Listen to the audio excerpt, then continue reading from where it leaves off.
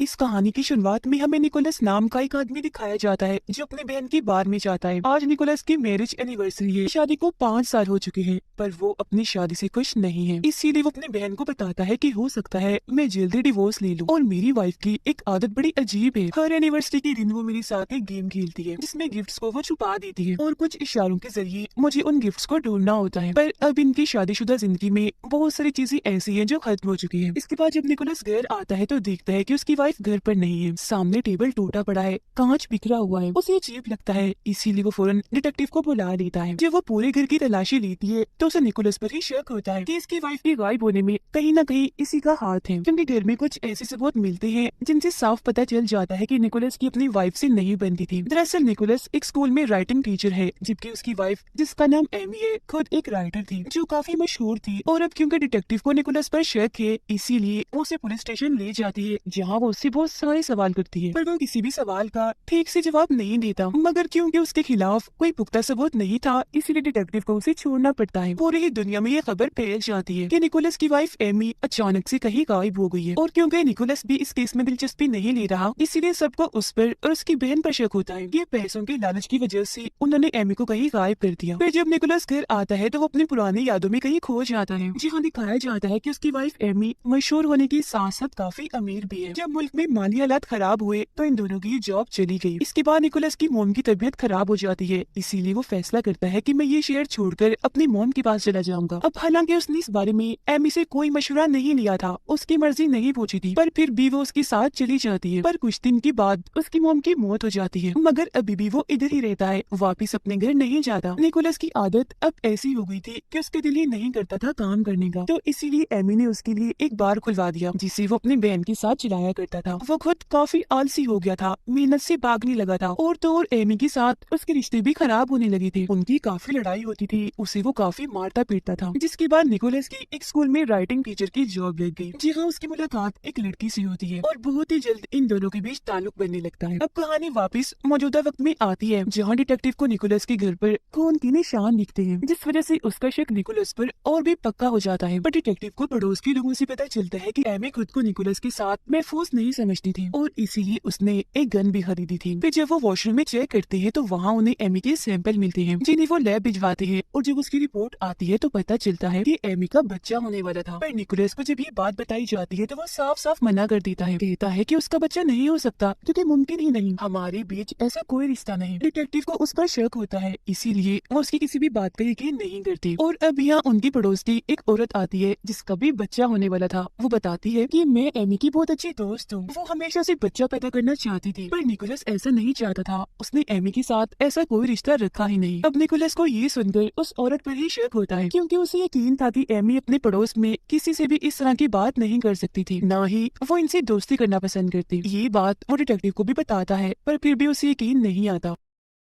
और छानबीन करने पर अब डिटेक्टिव को यहाँ एमी की डायरी मिलती है, जिस पर उसने लिखा हुआ था कि मेरी जान को निकोलस से खतरा है। ये देख उसका साथी कहते हैं कि एक और बात मिल गई उसके खिलाफ, अब हमें निकोलस को गिरफ्तार कर लेना चाहिए। पर वो ऐसा नहीं कर सकती थी, क्योंकि अभी भी इनके पास ठोस सबूत नहीं है कि निकोलस ने ही अपनी वाइफ को मारा है या गायब किया। इसके बाद हम एक लड़की को देखते हैं जो गाड़ी चला रही थी, जो और कोई नहीं बल्कि एमी थी, जिसने अब पूरी तरह अपना हुलिया बदल लिया है। एमी उस दिन के बारे में सोचने लगती है जब वो निकोलस से मिलने बार में गई थी, जहाँ उसने निकोलस को बार के बाहर अपने उसी स्टूडेंट के साथ देखा, जो दोनों काफी करीब खड़े थे, क्योंकि उन्होंने अपना रिश्ता बना लिया था। ये देखकर एमी काफी टूट गई, उसे बहुत दुख हुआ, क्योंकि उसने निकोलस का हमेशा साथ दिया। हालांकि वो अमीर घर से थी, पर फिर भी उसने निकोलस से शादी कर ली। जब उसके पास पैसे और काम नहीं थे तो एमी ने उसके लिए बार खोला, और अब जब वो उसे धोखा दे रहा है तो इस बात को वो बर्दाश्त नहीं कर पाती, इसीलिए वो निकोलस से बदला लेने का फैसला करती है। वो उसके क्रेडिट कार्ड से फजूल खर्चा करती है, ताकि सबको लगे कि निकोलस अयाश है, वो ही फजूल खर्चे करता है। इसके अलावा वो निकोलस से इंश्योरेंस के कागजात पर साइन करवा कर अपने इंश्योरेंस के पैसे बढ़वा देती है, ताकि सबको ये लगे कि इंश्योरेंस के पैसों की लालच में निकोलस ने अपनी वाइफ को मार दिया। साथ ही उसने अपनी उस पड़ोसी से भी दोस्ती कर ली जिसका बच्चा होने वाला था, जो कह रही थी कि मैं एमी की दोस्त हूँ। एमी ने उसे बताया कि मेरा और मेरे हस्बैंड निकोलस का रिश्ता खास अच्छा नहीं है, हमारे बीच हर वक्त लड़ाई झगड़े होते रहते हैं। ऐसा उसने इसलिए किया ताकि वो अपनी पड़ोसी की हमदर्दी हासिल कर सके। इसके अलावा उसने वॉशरूम में जानबूझकर अपने सैंपल छोड़ दिए, ताकि पुलिस को लगे कि क्योंकि क्योंकि एमी प्रेग्नेंट थी, उसका बच्चा होने वाला था, इसीलिए निकोलस ने उसे मार दिया। क्योंकि ऐसी औरत जिसका बच्चा होने वाला होता है, उसे मारने की सजा कड़ी से कड़ी होती है। वो अपने जिस्म से अपना खून भी निकालती है और उसे फर्श पर डालकर साफ करती है ताकि उसके निशान पुलिस को मिल जाए। और वो हमेशा अपने हस्बैंड के साथ एनिवर्सरी के दिन गेम खेलती थी, जिसमें कुछ इशारों के साथ निकोलस को गिफ्ट ढूंढने होती थी। पर इस बार उसने गेम तो खेली, मगर क्लोज इशारे उसके लिए नहीं बल्कि डिटेक्टिव के लिए छोड़े। और वो अपनी बहन के गिराज में जाता है और ये देखकर काफी हैरान रह जाता है कि किसी ने बहुत सारी चीजें खरीद कर यहाँ रखी हुई है, क्योंकि ये उसके कार्ड से ही की गई शॉपिंग थी। ये उस सामान को चेक करती है तो पता चलता है कि फजूल सामान के साथ साथ यहाँ वो हथियार भी है जिससे एमी का खून हुआ है। ये देखकर उसकी बहन काफी घबरा जाती है, क्योंकि निकोलस के साथ साथ वो भी इस केस में फंस सकती है। पर वो इन चीजों को ऐसे ही छोड़कर वहाँ से चला जाता है। मगर डिटेक्टिव जो हमेशा से ही उसका पीछा कर रही थी, यहाँ वो अपने साथियों के साथ आती है और कत्ल वाला हथियार उन्हें मिल जाता है, जिसके बाद दोनों बहन भाइयों को गिरफ्तार कर लिया जाता है। पर कुछ वक्त के बाद निकोलस को जमानत मिल जाती है। वापिस आकर वो काफी अच्छी लॉयर वकील से मिलता है और उसे सारी बात बता देता है। साथ में ये भी कहता है कि मेरी वाइफ एमी के साथ मुझे कभी भी महफूज सा महसूस नहीं हुआ, कहीं न कहीं उसका ज़हनी तवाज़ुन खराब था। इसके बाद निकोलस एमी के पहली दोस्त के पास जाता है, जिस पर एमी ने इल्जाम लगाया था कि इसने मेरे साथ बदतमीजी की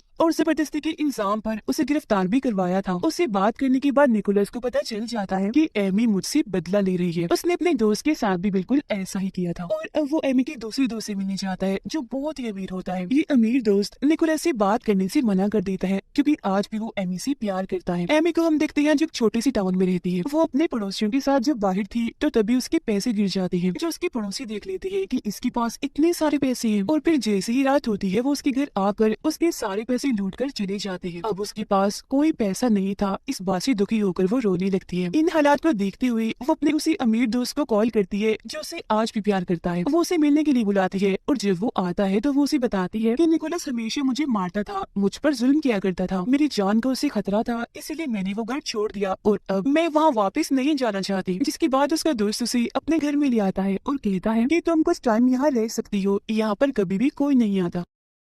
उधर टाउन में दिखाया जाता है कि सबको यकीन है कि एमी अभी भी जिंदा है, इसलिए सब लोग उसके लिए कैंडल मार्च करते हैं, मतलब मोमबत्तियां जलाकर तस्वीरें लगाकर उसके वापस लौटने की दुआएं करते हैं। जहाँ सबके सामने निकोलस काफी जज्बाती बातें करता है कि मैं तुमसे बहुत प्यार करता हूँ एमी, मेरे दिल की और घर के दरवाजे हमेशा तुम्हारे लिए खुले हैं, तो प्लीज तुम वापिस आ जाओ। निकोलस की वो स्टूडेंट भी इसी भीड़ में खड़ी थी और जब वो ये सुनती है तो उसे बहुत गुस्सा आने लगता है, इसीलिए वो मीडिया के सामने ये बात बता देती है कि निकोलस और मेरे बीच रिश्ता बन चुका है। और ये सुनते ही सबके सब लोग निकोलस से नफरत करने लगते हैं। उन्हें यकीन हो गया था कि इस वजह से उसने या तो अपनी वाइफ को गायब कर दिया या उसे जान से मार दिया। फिर वो अपने लॉयर से मिलने जाता है, जहाँ लॉयर उसे कहता है कि अब सारे सबूत तुम्हारे खिलाफ है, तुम काफी बदनाम भी हो गई हो, इसीलिए मेरा मशवरा है तुम एक मशहूर शो के इंटरव्यू में जाओ, जहाँ जाकर तुम बताओ कि मैं अपनी वाइफ से बहुत प्यार करता हूँ। तुम्हें वहाँ जाकर अपनी सारी गलतियों को कबूल करना होगा, क्योंकि अगर तुम्हारी वाइफ सच में तुम्हारे खिलाफ कोई साजिश कर रही है तो टीवी से खबरों से वो तुम पर नजर जरूर रख रही होगी। हो सकता है वो तुम्हारी बातों से जज्बाती होकर घर वापस आ जाए। जिसके बाद निकोलस ऐसा ही करता है, वो उस शो में जाकर बताता है कि मैं अपनी वाइफ से बहुत प्यार करता हूँ, मैं चाहता हूँ कि जल्दी वो वापस आ जाए। जिसके बाद वो रोने की एक्टिंग करता है। एमी भी अपने अमीर दोस्त के साथ ये इंटरव्यू देख रही थी और जब वो निकोलस को गौर से देखती है तो उसे पता चलता है कि उसने वही टाई लगाई हुई है जो मैंने कभी उसे गिफ्ट दी थी। वो जब बड़े गौर से निकोलस की बातें सुन रही थी तो ये चीज उसका दोस्त भी देख लेता है और अब आखिरकार वो अपने घर जाने का फैसला करती है, पर उसका दोस्त उसे जाने से मना करता है। वो चाहता है कि एमी हमेशा मेरे साथ रहे, पर अब एमी का दिलो दिमाग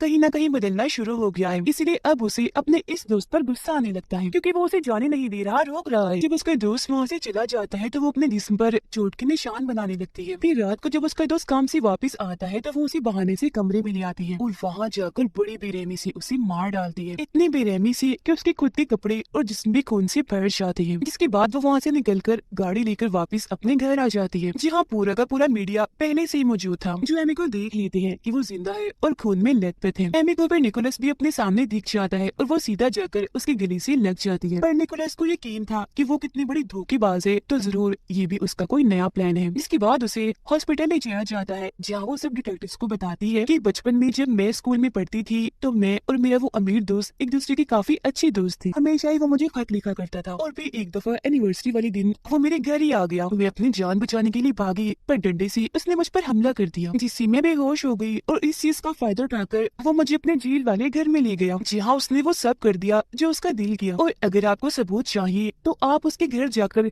सीसीटीवी कैमरास को चेक कर लें। दरअसल वो कैमरास के सामने जानबूझकर ये एक्टिंग करती थी कि मेरी दोस्त ने जबरदस्ती मुझे यहाँ रखा हुआ है और वो मुझ पर जुल्म भी करता है। पर यहाँ वो डिटेक्टिव जो इस केस को शुरू से देख रही थी, उसे कहीं ना कहीं एमी पर शक होना शुरू हो जाता है और निकोलस की उन बातों पर यकीन आने लगता है जो शुरू से वो कहता आ रहा था। वो डिटेक्टिव फिर उससे सवाल करती है कि अगर तुम्हारी दोस्त ने तुम्हें अगवा किया तो पिस्तल वाला वो हथियार जिस पर तुम्हारा खून लगा हुआ था वो उस गैराज में क्यों और कैसे आया। वो इस बात का जवाब नहीं देती, उल्टा गुस्से में उससे कहती है कि शुक्र करो मैं वापस आ गई, अगर मैं वापस आती ना तुम तो मेरे बेकसूर हस्बैंड को जेल में कैद कर देती। जिसके बाद वो बेहोश होने का नाटक करती है, पर डिटेक्टिव को अब उस पर पूरा शक है। इसके बाद निकोलस उसे अपने घर ले आता है और कहता है कि बस कर दो, अब ये ड्रामा नाटक बंद करो, मुझे पता है कि तुम बिल्कुल ठीक हो और अपने अमीर दोस्त का कत्ल तुमने ही किया है। और वो इतनी चालाक थी कि पहले तो वो ये चेक करती है कि निकोलस के पास कोई रिकॉर्डर तो नहीं, ये मेरी बातें रिकॉर्ड तो नहीं कर रहा, जिसके बाद वो सारा सच बता देती है। पर इसका क्या फायदा था, क्योंकि निकोलस की बातों का किसने यकीन करना था, क्योंकि अब तो सब एमी के साथ थे। आगे वो बताती है कि जब मैंने तुम्हारा इंटरव्यू देखा तो मुझे यकीन हो गया कि तुम्हें मेरे लिए सबसे बेहतर हो और इसी वजह से मैं वापस आई हूँ। अब निकोलस अपने लॉयर और डिटेक्टिव से मिलकर ये सारी बातें उन्हें भी बता देता है, जिस पर डिटेक्टिव कहती है मेरे पास उसके खिलाफ कोई सबूत नहीं है, उसने अपना बचाव करने के लिए अपने दोस्त को मारा है, इसलिए अगर ये बात सबके सामने लाई भी जाए तभी उसे गिरफ्तार नहीं किया जाएगा। फिर रात को निकोलस जब अपने घर था तो एमी उसे अपने साथ ले जाती है और निकोलस को देखने से लग रहा था कि वो अब एमी से डरने लगा है। फिर अगली सुबह एक रिपोर्टर इनका इंटरव्यू लेने के लिए आने वाली थी, तो उसके आने से पहले एमी निकोलस को समझा देती है कि तुम्हें वो सारी बातें मान लेनी होंगी जो मैंने प्लान की थी, यानी कि क्रेडिट कार्ड से शॉपिंग तुमने की थी, तुमने मुझ पर हाथ भी उठाया था क्योंकि पहले हमारा रिश्ता ठीक नहीं था, पर अब सब ठीक हो गया है। पर वो ऐसा करने से साफ साफ मना कर देता है कि मैं तुम्हारे साथ रहना ही नहीं चाहता, तुमसे डिवोर्स चाहता हूँ। जिस पर एमी उससे कहती है कि मैं तुम्हारे बच्चे की माँ बनने वाली हूँ तो तुम मुझे नहीं छोड़ सकती। ये सुनकर निकोलस एकदम काफी हैरान रह जाता है, इसीलिए गुस्से में उसे कहता है कि ऐसा मुमकिन नहीं, हमारा वैसा कोई ताल्लुक नहीं था। जिस पर एमी कहती है कि मैंने उसके लिए भी प्लान कर लिया था, तुम्हें याद नहीं, पर मैंने वो रिश्ता बना लिया था तुम्हारे साथ, इसलिए अब मैं तुम्हारे बच्चे की माँ हूँ। ये सुनने के बाद निकोलस अपने कंट्रोल से बाहर हो जाता है, उसके पैरों से जमीन निकल जाती है, इसलिए वो फिर से उसे मारने लगता है, कहता है मैं तुम्हारे साथ कभी नहीं रहूंगा, तुम ऐसी इतनी गिरी हुई हरकत कैसे कर सकती हो। इस पर वो कहती है कि तुम्हें मेरे साथ रहना ही होगा क्योंकि पूरी दुनिया तुम्हारे खिलाफ है और कल को जब तुम्हारा बच्चा पैदा हो जाएगा तो उसके दिल में भी मैं तुम्हारे लिए नफरत डालूंगी। तो अब यहाँ पर निकोलस पूरी तरह से फंस जाता है क्योंकि उसे पता है कि वो बच्चा मेरी जिम्मेदारी है। तो अब आखिरकार मजबूरी में ही सही पर वो एमी के साथ रहने का फैसला करता है। जिसके बाद इनका इंटरव्यू होता है और ये दोनों ऐलान करते हैं कि बहुत जल्द हमारा बच्चा होने वाला है। दरअसल अब निकोलस ने हालात के साथ समझौता कर लिया था। तो कहानी में दिखाया गया है कि अगर कपल में से कोई भी धोखा दे तो उनकी जिंदगी कितने बुरे मोड़ पर आ जाती है, उन्हें न जाने किन किन हालात का सामना करना पड़ता है, जैसे कि निकोलस को हुआ क्योंकि वो अपनी वाइफ को धोखा दे रहा था जबकि वो तो उसके साथ इतनी अच्छी थी। और कपल में से दूसरे इंसान को भी चाहिए कि चीजों को अपने सर पर इतना हावी ना करे कि वो जिस आपको गलत रास्ते पर ले जाए, जैसे कि एमी ने किया। उसे चाहिए था कि वो अपने हस्बैंड से आराम से प्यार से बात करती तो तब शायद उसे ये सब ना दिखना पड़ता। उसने अपनी चालाकियों की वजह से कितने ही लोगों को धोखा दिया। इसीलिए हमें ये सबक मिलता है कि हमेशा अपने पार्टनर अपने साथी के साथ वफादार रहे और सिर्फ उसी की बनकर रही। इसी के साथ ही ये कहानी इधर ही खत्म हो जाती।